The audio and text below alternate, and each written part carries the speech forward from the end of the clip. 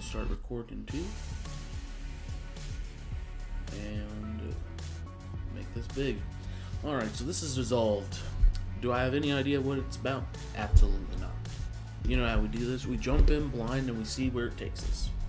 I've only seen a girl that's made out of paper from the very beginning of the thing. So let's see. I still visit my ex-boyfriend. He used to be a total bore, but he was cute and good-hearted. Always ready to put off his plans to help friends.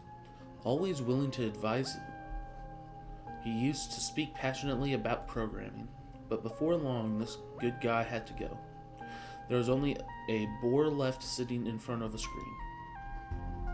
He didn't finish his 4th university year, and soon he left his job in the office. His online work lasted a bit longer, but in the end, he abandoned that as well. He dwells in a decrepit flat in a bad neighborhood, a generous gift from his parents. What you doing, Blue? They're quite rich, so I guess it's not a problem. That's how he lives. Alone. No job, no friends, no interests. Only endless arguments with people on the net. Well, I'm not really sure if they're even people or not. How else can anyone be stuck there for that long? It's possible he's been desperately arguing with bots, algorithms simulating neural networks. Let me check something real quick. I don't think my picture needs to be this big.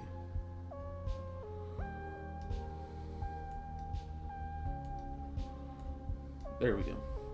That should be a little bit better. I just remembered on a video I was making that it was too big. It's possible he's been desperately arguing with bots, algorithms, simulating neural networks.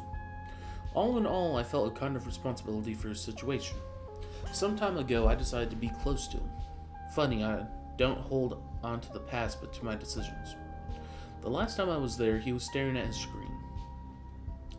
Even more languid, pale and thin than usual. Sometimes it seemed like his outline was starting to blur. Just like a ghost. A rough sketch on the fabric of reality. He was unusually nice when having a free moment from his screen. He even gave me an envelope containing cash for my birthday, which was last month. The sum was quite significant. Oh, I just unplugged my HDMI. 1 second.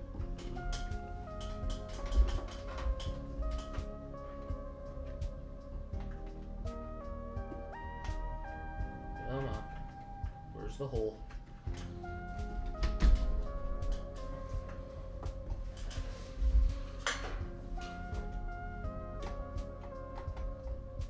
There we go.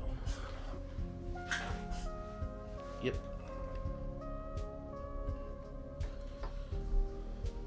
So every couple minutes it wants to do that. Alright.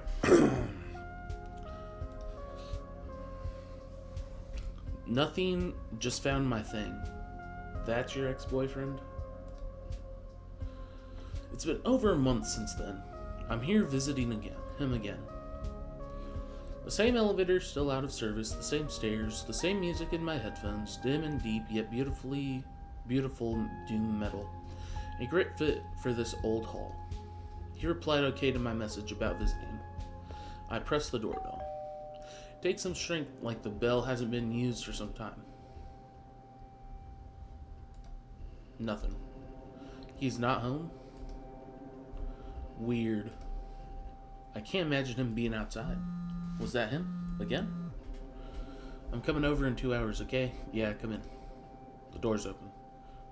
Wait in the living room. Busy at the moment. What? He didn't forget how to walk it, did he? There was a certain SP episode. Suddenly, I'm not keen to come inside. I pull the handle. We're being kidnapped. The door opens, heavily and creaking. The hall isn't lit. The doors to the living room and kitchen are open. I can see in the dark that his bedroom door, wooden with no glass parts, is shut. I just woke up. I hit the switch. I was afraid his power had been cut, but the light comes on, revealing the floor covered in dust balls. Silly me. He lives online. Of course, he pays for the electricity. I take off my shoes and enter the living room. Silence. There's no light coming from under his bedroom door. Instinctively, I reach for the switch and hit it. The fixture flickers as the lights come on. It seems I still remember where things are here. The dust is more noticeable under the light. I'm glad he doesn't have any plants. They would have withered a long time ago.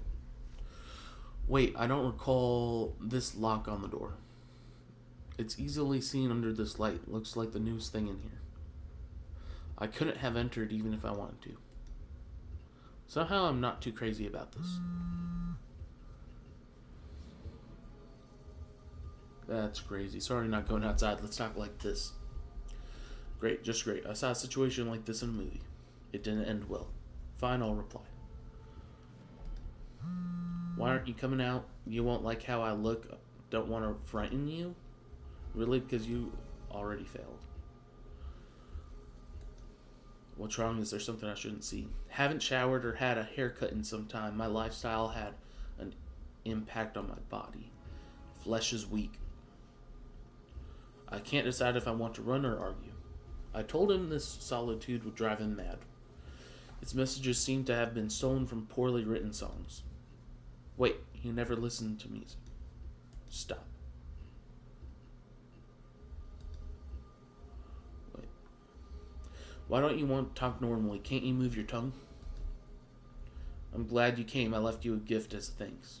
The white envelope on the drawer. Please take it. There's a gift and a note. The envelope is there, the only thing not covered in dust. It is money again? I don't like this. Should I just go? No, I want to know what's going on. Maybe there's someone else in his room, or no one at all. It's not grounds to call the police yet. But he's been so strange these last few years, he could have easily gone mad. He could be dangerous. No, I can't leave. I can't abandon him like this. And this is why you're gonna die. If you are ever in this situation, just go through the door that you just came in and just walk away. It's daylight outside, you'll be fine. But I'll grab a knife just in case. And try to coax him out of his room. The stupidity. I quietly enter the kitchen typing a message. Why didn't it... Why don't you want to talk normally? Can't you move your tongue? I'm glad you came. White envelope. You didn't answer my question. Why are you being like this? His reply comes as I pick up a knife. Even the kitchen looks abandoned. I haven't spoken to anyone for a long time. I feel uneasy. There's no going back now. I have the knife behind my back. Okay, let's do it this way. If you come out, I'll take the envelope. Deal, but take the envelope first. If you do, I'll come out. I don't want to take it. But when he comes out, he'll see the envelope is still there. I could hide it somewhere, but that's risky. Gosh, just take the stupid envelope. It's just cash, that's all. Put the envelope in my bag, holding the knife in my other hand. Not very convenient. I have it. Fine, but don't say I didn't warn you. Well, surprise me. What are we looking at? What is it going to be? Dang, dude's a zombie. I step back. The knife falls out of my hand. I hear a mechanical voice. I told you you wouldn't like it. I start to back away. He stands there in the doorway. The longer I look, the more blurred his outline is. The clearer his mouth and eyes are. I turn and run. As I leave the apartment, I glance back. I only see his mouth and a pair of eyes. I don't remember returning home. Must have immediately fallen asleep. That's how my body manages stress.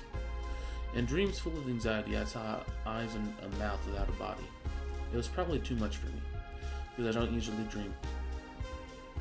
It's been a day since I visited my ex, or the thing in his apartment. What was that? What was it? A prank? Did someone put on a silly mask with a light teen trick?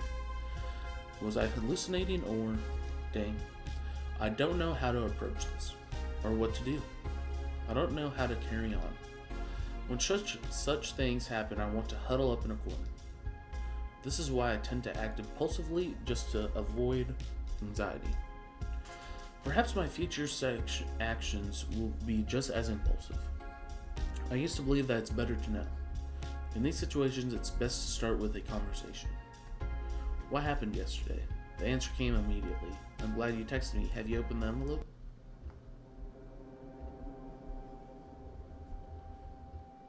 What a bag. Don't change the subject. I don't know what to say. Think harder then. Okay, what happened to your body? Why is he taking so long? Oh, he's about to appear in your apartment. This is the side effect of the ascension? The heck are you talking about? What ascension? Where? I've been in a ton of arguments online. I met someone there. We started a mutually profitable partnership. I provided them with food, and in return they helped me transform and solve some issues. He's feeding them his body. They will probably reach out to you soon. They enjoy our chat. Well then. What do you mean, what the heck? I want to show my gratitude you didn't leave me. I'm thankful for my parents too.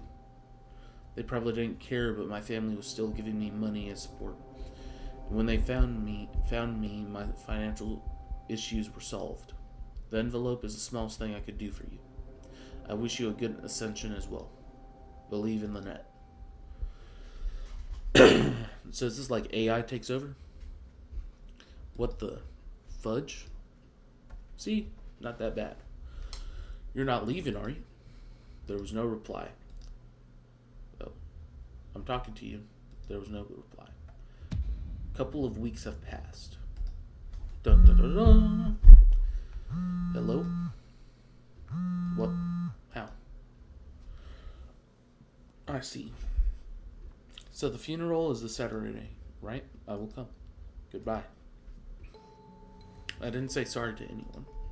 His mother's voice was so stoic, I was afraid even a formal condolence would be inappropriate. It didn't seem like it came as a surprise to her. I know how she feels. Even that prank or whatever it was is now easier to understand. He wanted to have some fun at the end. He decided long ago that there was nothing to lose. Left a death note and found a place to die. Just like a cat. Of course there's a chance he ran away and the faded body found in the dump near his house was not him. But to him, suicide was his escape. He lost the ability to be around other people. Unless it's somehow related to that dull job he was referencing ever so vaguely. Ugh. Perhaps I need to pay my respects and see what he put in the farewell envelope. In all honesty, I put it away because it was a reminder of that creepy scene. In my mind, the story with my ex is over. I can, with no heavy emotion troubling me, delve into the mystery. That sense of completion enables me to detach. I'm struggling to talk today. Let's make sure we're still recording good. Yep. Perhaps there'll even be more nostalgia. I take the envelope from a drawer. The glued paper is easy to open, as if it's been waiting for me. Some fresh €500 notes and a piece of white paper. Last time it was only money. And a considerably smaller sum at that. I turn the paper over. Believe in the net. What is this? There's some text on the back. And below it, a SIM card. Of course, this doesn't bode well. But what's the worst that can happen? Conveniently, I have a free slot for a SIM card. It's okay if something bad happens to my phone. I was going to get a new one anyways. Well, c'est la vie. I remove the SIM card from the paper and put it in my phone. The provider is displayed as eFoodNet. Bro, we're getting devoured by electronics. Could be some sort of viral marketing. Was it them he worked for? I try 100. Weird, nothing bad so far. Whatever then. I put the phone and money away. I go on my PC to scroll through my Twitter feed and find materials for work. Well, mostly to check Twitter. Suddenly, I receive an IM from my tech ex. Glad you opened the envelope with the SIM card. The process will be much quicker. What? That's not funny. The SIM card must have triggered his final prank. A message from a dead ex-boyfriend. A sick joke. This will make for a great tweet, although I usually avoid writing about my personal life. Nevertheless, a world needs to see this masterpiece. Just got a message from a dead ex-boyfriend, a sick joke. I wasn't wrong, the tweet soon went viral. But I forgot what kinds of people replied to tweets. That joke is stolen. XDDD, come and see. Such an attention. Pics or it didn't happen. What another geek girl, you're not impressing anyone, my dear tryhard. You're so effing dumb. You must be a femme. Nice stories about a dead ex. Mouthful of dark. We live in a society. It's nothing new, but somehow this got to me. Especially mouthful of dark, which drove me up the wall. What alternative logic led you to believe I'm a femme? What is a femme? Who else would joke about men dying? Feminist. He must have gone complete bonkers. Several hours passed and I barely noticed. New people were joining the argument. New misconceptions, new misrepresentations, new white knights and trolls. I know it was a stupid waste of time, but it really was hard to stop. Another opponent will bite the dust under celebratory cheers of the crowd. What are we seeing here? Is this how gladiators felt too? Not sure about gladiators, but this must be what my ex felt. Believe in the net. We are not evil. People argue we are just different. People argue with strangers to get join us. The slightest semblance of feeling. Eternal life? Get out of here. Writing terrible insults to get the smallest reaction. They are no longer required. The foundation of joy. Their achievements. Believe in the net. I don't like the idea of becoming that. In this world, we only exist something. It's getting more uncanny and more uncanny as we sit here. On the other hand, you only need to take it in moderation. Online communication, whatever anyone says, can help you offline. I feel like it's just coming closer. You can learn good lessons, and it's also interesting to compare people online and in real life. The net has once essence, I would say. All that remains is text devoid of intonation. Text only representation of thoughts and feelings. That's what I find interesting about it. But still, stop. What is this? Bloody heck. I jump away from the screen and unplug the PC. What the devil? That's when I catch a glimpse of my reflection. I scream. We've been turned, boys. We're zombies. Or AI zombies, I don't know. I run to the phone and take out the SIM card. Throw it on the floor and crush it. It's too late. Put the remnants with some paper in a cup and set it on fire. It smells terrible, but I don't care. There are only ashes left. I throw them in the trash dump. I get rid of my PC along with all its data. I'll start collecting work materials from scratch on a new PC. I want to throw the money away, but I'd rather donate it to the church. The next day, my reflection was back to normal. A day completely offline. But after a few months, I think I'm ready to return to Twitter. I even created a new account, my Endless Song. Yeah, we're going to see what this one's about. After everything that happened, I know this is silly, but I miss talking to my mutuals. I miss having a place to share my thoughts and get feedback. In the end, I forced myself to go to the funeral. A sight so as pitiful as his last years. Not sure if I'm going to visit my ex's grave.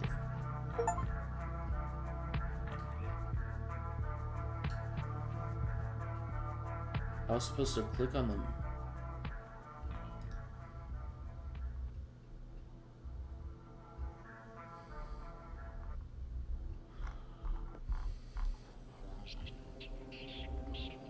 I'm just gonna save real quick.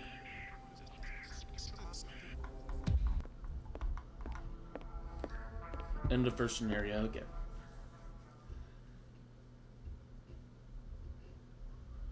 so I can actually interact with the environment. So now we're going to load this save I just did.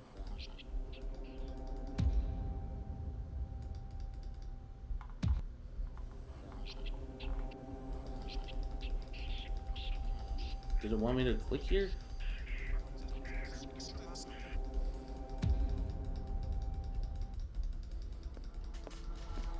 I clicked on it this time. Or is this like a first part of a mini? Not sure if I'm going to visit Max's grave. I don't speak this language.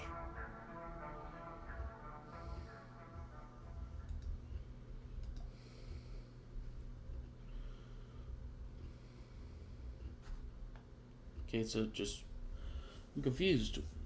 What's happening here? What's this? How long did that take? That was only 21 minutes.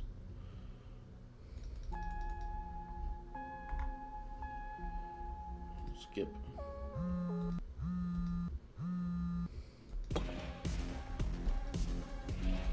Apparently I can click on things.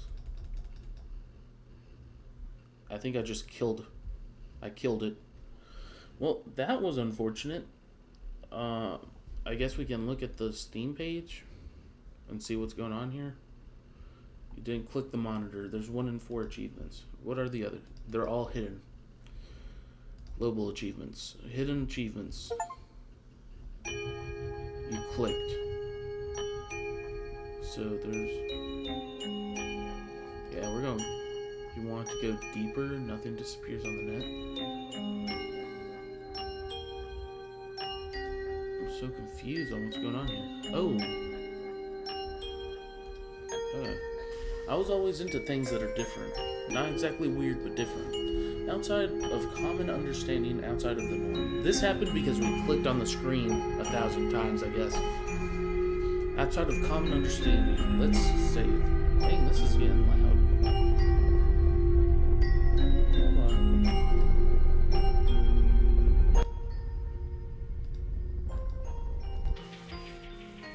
I think we need a little bit of atmosphere, but let's calm down a little bit. Outside of common understanding, outside of the norm, this yearning led me through my life. If what's happening to me now can even be called life. Because of my interest, I became an anthropologist. Because of it, I found my wife and stayed with me even after things fell apart. Everything was fine at first. I studied culture and psychology of certain people from medieval times. The subject I chose were so specific that very few people had investigated them. Yet they were peculiar enough to gain attention. I was rather good at presenting myself in my research, so funding wasn't a problem. I gave lectures at a university and some popular science events, and worked part-time at a private school. I soon found myself having a lot of contacts in the university circle, and among young intellectuals. I need to bring me a water next time. I married an avid artist specialized in book illustration who was into goth metal avant-garde, I don't know what that is, and not committing to anything or anyone. When she was in the mood, she even joined my ventures into the depths of beliefs of people long ago. I even started thinking of a career in writing. It can't be that good, right? I wasn't even going anywhere in particular. Just a car accident when I was driving back from the grocery store. The road was too slippery, I guess. Luckily, my wife was at home and nobody got hurt, except for me. My body was paralyzed almost entirely. I could move only my left hand and my head. It was a nightmare. I couldn't live the way I used to. The simple act of going from one place to another became more difficult. What's worse, my wife refused to let me go and was taking care of me. I found it cute considering her usual traits, but I was frustrated to see her wasting her life because of me. I stopped visiting friends and parties and almost stopped giving lectures. Even doing my research became difficult. I was thinking about ending it all, but my family was rather religious, so I just couldn't. Maybe it's a mere excuse for my cowardice. Either way, I needed something to occupy my time, to distract me. My wife hid all the alcohol, never mind the drugs. I tried reading books and watching movies, but it wasn't enough. The thoughts were still here, haunting me, always there whispering in my ear. I pressed on, though. What else could I do? Then one day on, after dozens of bleak flicks with a cut and piece story, I finally watched the movie.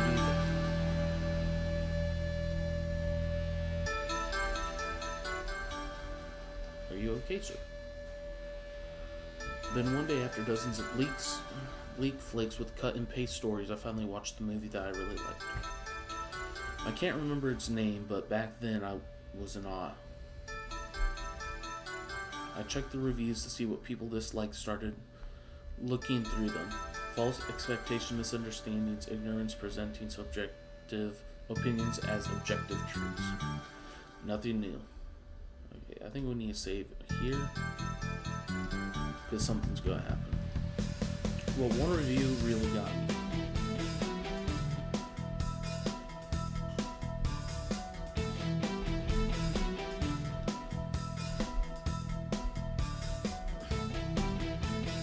This person wasn't just ignorant, they were aggressively ignorant and spiteful. I was so outraged that I went ahead and wrote a comment in an expressive manner explaining why they're wrong. I was only able to type with one hand, but it actually helped. I had more time to think about what I was writing. They replied quickly. Obviously, they didn't want to agree. Spent the next several hours arguing online. It was great. Anthropology, history of tomorrow. There was nothing in my world aside from me, my argument, and my opponents. One or two people who also commented on the review and apparently were subscribed to comments joined. I was finally passionate about something and no longer wanted to die. And of course, it meant that I was arguing with strangers online, an act that I would have deemed pathetic not too long ago. But I didn't have much choice anymore. The next day, I created several throwaway accounts, set up a VPN, and dived into this restless world. Dang. It was fun. Since the people who participate in such things are quite peculiar, sometimes I got almost scientifically interested in their reasoning, possibly diagnosing their mental illness. I feel that way sometimes too. There were people like me too, restless almost always online. I met some of them in different places around the net.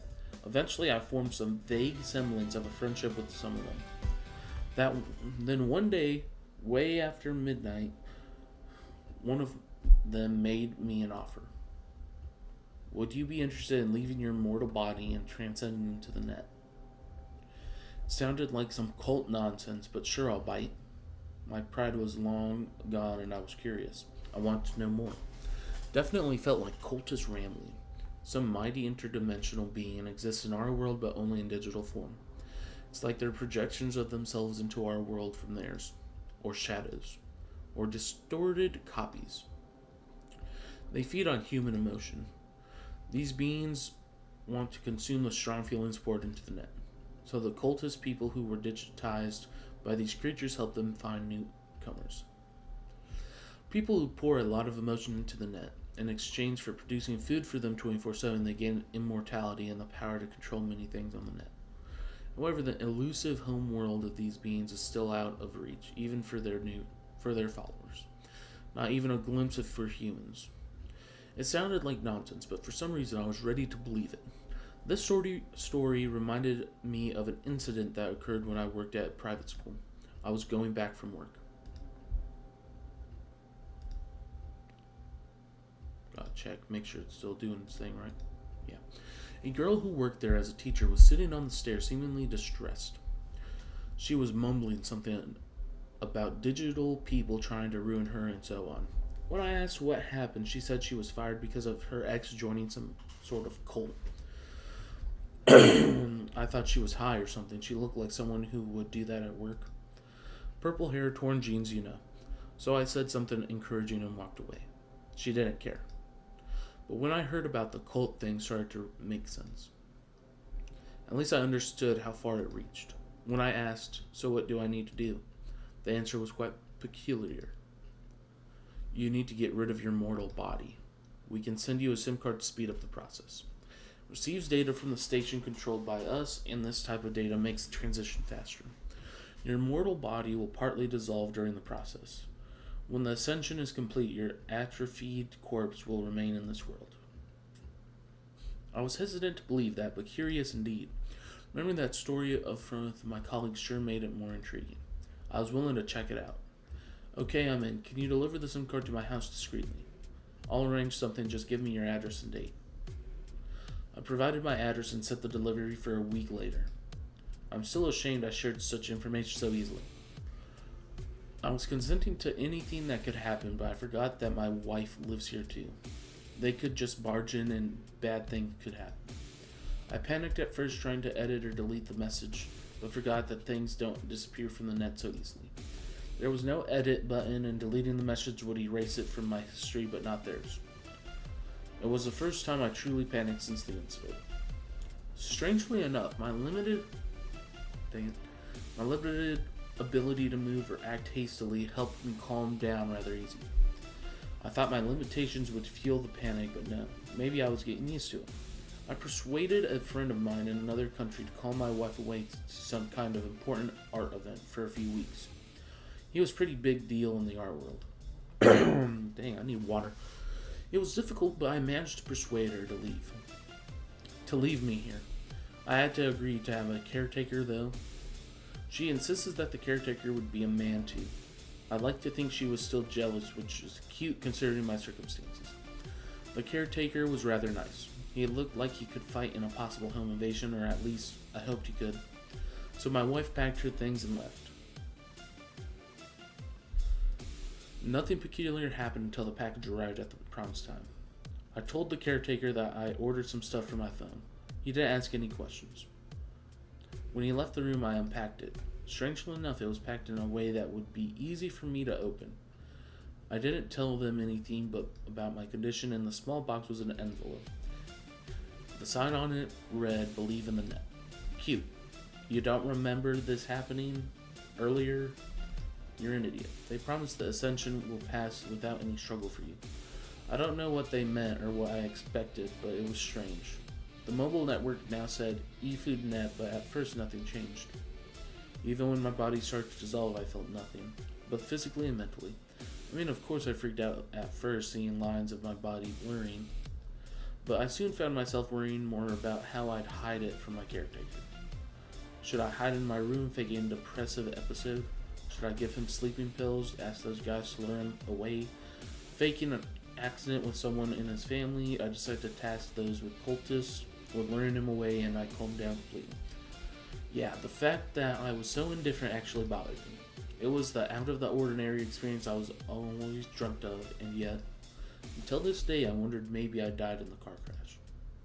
Maybe everything after that was just a fever dream, or an endless vision of the afterlife. Maybe you to whom I tell these stories don't even exist. I guess I'll never know.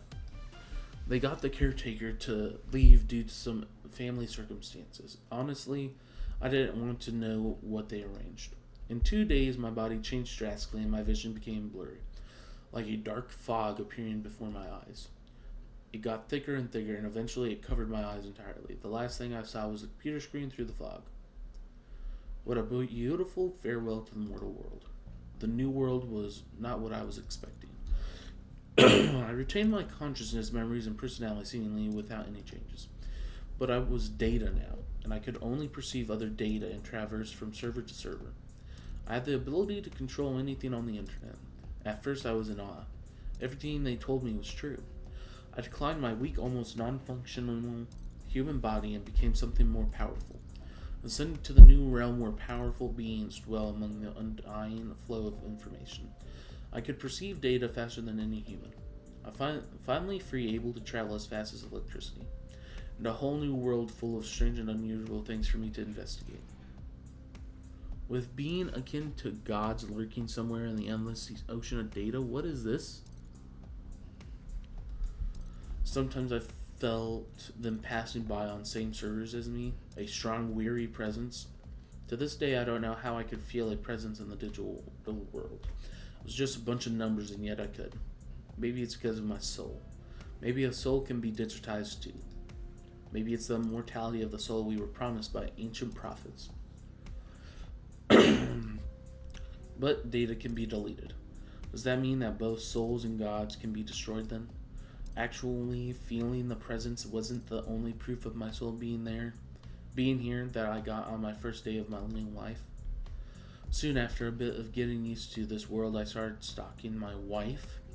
All those powers, all those mysteries, and I was just following her life, reading all her messages and posts, watching all the cameras that spotted her. On her laptop, on her phone, on the streets and cafes and dressing rooms and bathrooms, you weirdo. Yeah, those places have more cameras than you'd think. The things I learned. I didn't like them. She tried to sue that poor guy, the caretaker, but to no avail. My body was obviously exhausted. I'd been really skinny for the past month because of medication and stress. Police didn't find anything suspicious about my death. Just some person who should have died a long time ago and finally left this world. I even read such messages in her history. I certainly couldn't argue with that. I watched her go through all the stages. Watched her ditch work and social relations, trying to commit suicide, then spending most of her remaining money on therapists and medication. Trying to get back to work, but mostly failing. I wanted to stay away, to not get involved. It wasn't my world anymore. At some point, the growing, howling mass inside my soul became so big that I had to act. I added several sizable sums to her account, masked as compensation for old troublesome projects I remember, and sent the word sorry for a newly created throwaway account. After that, I decided to leave all of it behind and try to live a new immortal life. Started my search for the gods. I wanted to understand at least some small part of them, to know why they evoke such deep feelings in me, such awe and fear at the same time. Why are they so powerful? Why did they share their power with me? Is it only to give them food? Or is it something more? I started by asking around. Most people were busy with the same stuff they did online while they were still alive. Consuming media, arguing about it, spying on the lives of others, arguing. Stuff like that. For the most part. But then I saw something that I couldn't understand at first. I saw one person's data dissolving, being erased along with many others on the server. Most of them in the same part of the server as the dissolving data. I found a person idling in another part of the server and asked them, "What's happening?" They're devouring them. It's happening more and more frequently now. What does that mean? They collectively devour data of people that did something against the cult, like merging their data together. Usually they send the remains to a remote server and format it forward afterwards. Gosh dang. A rather long procedure, to be honest, probably takes so long because it's not a power they could extract from the source, like controlling the net. You're new here, huh? Everything we have is because of some guy who managed to find those beings on the internet, copy their code, and partly reverse engineer it. He digitized himself with this new power and started inviting people to join him. Wait a minute, so you're saying those interdimensional beings have no part in the ascension? Pretty much, they just exist here and wander these lands. Why was I told about giving them food? Oh, the guy found out that they grow on servers where people argue emotionally. They like that and tend to gravitate to such places. I don't know, though. We went from that to this cult thing we have now. They don't ask for anything, they just don't communicate with us at all, or interact in any other way. Oh, that's disappointing. How do you know so much anyway? Don't know, I've been here for a long time, possibly over 20 years. Some parts of my memory are corrupted or formatted. Then you could be the source guy. I could, yes, but I'm more interested in other facts about me. What could be more interesting than discovering you created this new society? Looks like parts of my memory were deleted by me. That's possible? Yes, you can alter your own code. It's easy. Never thought of that. You're considering deleting your memories? Yes. Then could you answer me one question? Sure. What makes you want to delete your memories? I was short-sighted and my egotism led to the suffering of a person dear to me. I could have stopped, but I went all the way. I want to forget what I've done and all the happy memories I make with her. The happiness of the past has become nothing but pain. I see guilt, quite understandable. Thanks. We remained there, watching the data being consumed for a while longer. After some time, the person asked, "So will you do it?" "Do what?" "Delete your memory." "Probably not." "Why?" "Remembering is punishment for me." "I see. Don't be so hard on yourself." I didn't answer. "Thanks for speaking with me. It was rather enlightening." "No problem. You helped me too. Glad to know. Maybe we'll meet again. See you." I finally left the server. It was an important moment for me. I clung to the idea of understanding those creatures. I believed in everything those guys said to me since I became a digital being and saw gods. I should stick to my own research, as it was during my career. But things didn't work out. I managed to copy and paste parts of their code. Got that far. However, I couldn't do anything with it. Didn't even know how to approach it, or where to start. It was gibberish to me. I tried inserting their code into mine own to no avail. Nothing. It had changed who I am. It was only useless. I was now useless at investigating anything, even though that earned me some fame in the human world. That feeling of desperation would eventually lead me to my own self-destruction. One day I followed one of the gods. At some point I realized the server was empty. It was only that being and myself. An idea suddenly crossed my mind. Probably would have been grinning if I still had a mouth. I set a timer to disconnect the server from the internet, format it, and then reconnect it. I left the server just before the timer went off with the being still in there. When I came back, the server was empty. I left just before the timer and could still sense the god somewhere in the central part of the server. They couldn't leave as far as I knew. Which could mean only one thing: I killed a god. I guess that shows what kind of person I am. But I wasn't overwhelmed with power or anything. There was only disappointment. After that, I started to wander the net, picking up on the stories that unfolded around me. There were a lot of them. The cultists spent most of their time trolling random people and recruiting new members. In most cases, they forgot about their previous targets and moved on. Just like the person that invited me, they forgot about me the moment I joined them, started to close in on the next person they wanted to recruit. But one day I noticed a cultist that hadn't changed his prime target for a long time. He was seemingly torturing and stalking a girl that once dated one of the cultists. I decided to see what was going on. It was rather easy. Things rarely disappear from the net, if ever. It was the girl I met at my work, the one with purple hair. Fun fact, her ex refused to get the sim because he wanted to experience the ascension for as long as he could. He forgot about her quickly and hadn't even followed the story of her being hunted. Since I spoke with her near the school, things had been quite rough for her. She tried abandoning the internet, but it didn't work. She tried withdrawing cash from several ATMs, sometimes just to mess with her. He actually let that happen. She tried not leaving her apartment, but it wasn't much help. He would summon cops, deliveries, anything like that. After some time, though, she managed to save up a rather large sum of money. She already had some of her own savings in cash even before this whole mess. She started practicing walking in places where street cameras wouldn't see her. Not only street cameras, but possibly drones or satellite cameras. Anywhere there was some kind of roof or canopy. When she decided everything was ready, she started her plan. The girl went to the nearby internet cafe. They surprisingly still exist today, though mostly filled with schoolboys playing games on the local networks. She found a cabin in the woods, up for rent in a rather remote location, and arranged a meeting about the rent, using a fake name, obviously. Buying a used car was easy too.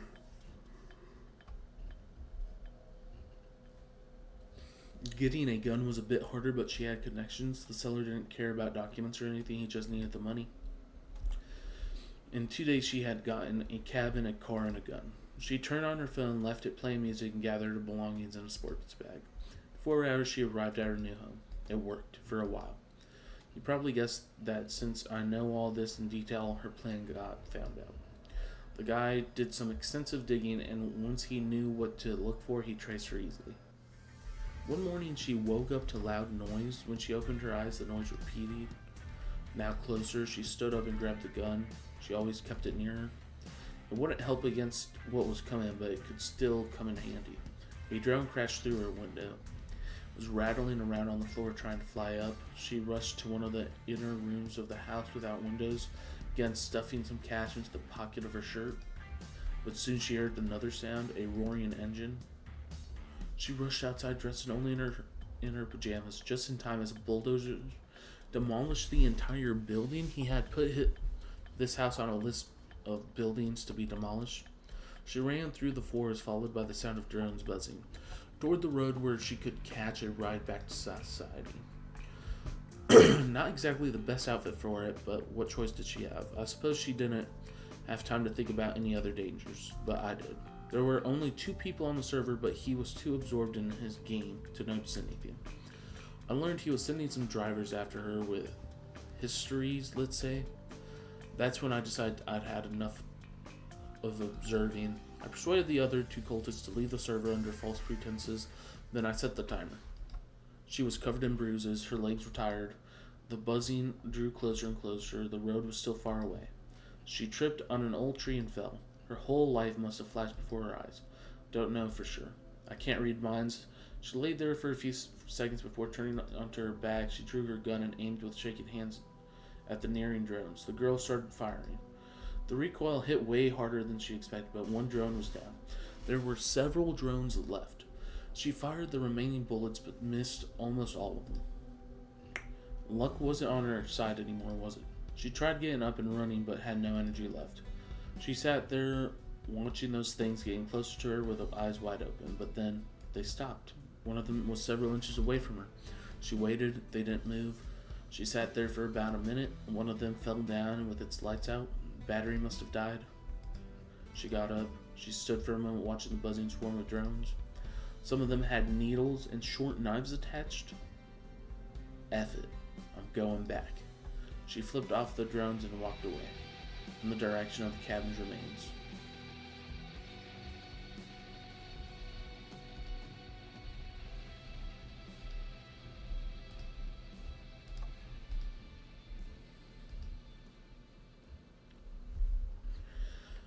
Is that the end? I knew you would wait. I guess I'm happy that you stayed for so long. Don't know for sure though. Dang. That got me a little bit off guard. I wasn't sure what's going. Make sure it's still recording. Yeah, I'm the one who told you these stories. Both of them. I just couldn't bring myself to communicate online. So there were 2 stories. I thought it was just her, and then it just continued with her. But they're 2 different people. So that clears up a little bit. Or even follow what's going on. So I decided to get creative. Make games, write stories, and upload them to random sites. It's the same as arguing online, after all. Just a bunch of emotions spilled into the nothingness. In the hopes that someone will understand. And find the record of your thoughts and emotions on the garbage pile. Where nothing ever disappears. There's no death on the internet. That's where I made a mistake. I was still thinking in terms of a human world, not a digital one. So the guy whom I thought I killed returned. I couldn't kill even him. But you killed Yet, the one dude. I thought I was mighty enough to kill a god. Everyone leaves a digital trace. Caches, messages, forum posts, histories of visits, so on and so forth. After a while, they start to gravitate towards each other. Like molecules. Producing a distorted copy of the individual. Is this what they meant by all this immortal soul stuff? Anyways, he regained parts of his memories, told the cultist what happened. They weren't happy. Can you really replicate a person by their data? Honestly, though, I don't even know who I was.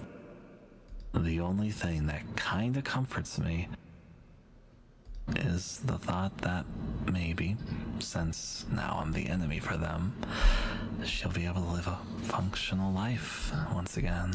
Well, that's sort of noble. Just like my wife, hopefully.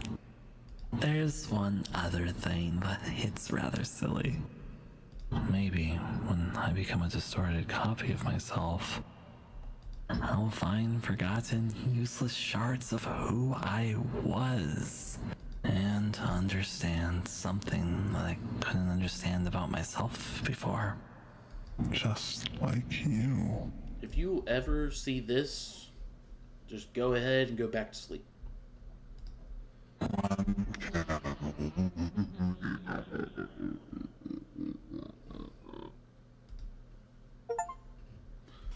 The hunter won't die. Nothing disappears on the net. Coffin clock, streetlight. Headache? I don't know what this means.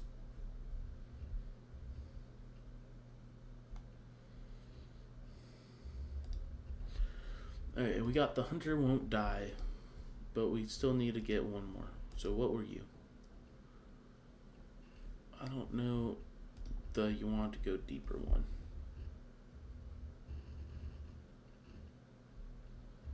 I like how it it just kicks me out. Alright, well, that was Dissolved. Interesting game, to say the least. I thought this was our character the entire time, but that was our first character. It's already been like an hour, and if you'll see, we had all these. I don't see anything we didn't see before. Besides, maybe this? No, that's the coffin. This is what we didn't see, I think. I don't know. But it was interesting, you know. Supersize this to the best of my ability. If you liked the video, like, subscribe, do what you guys have to do. Let me know if you guys want to watch something else, as I find which one of these is my camera. And thank you. What the heck? And thank you. Have a good night, and if you watched the stream, hope you liked it. If you didn't, well, you should have watched it. And you can, if you like, subscribe, and do whatever you guys do. Comment something or another, and I'll attempt to watch it. Or not watch it, read it. Thank you. Have a good night. Yes.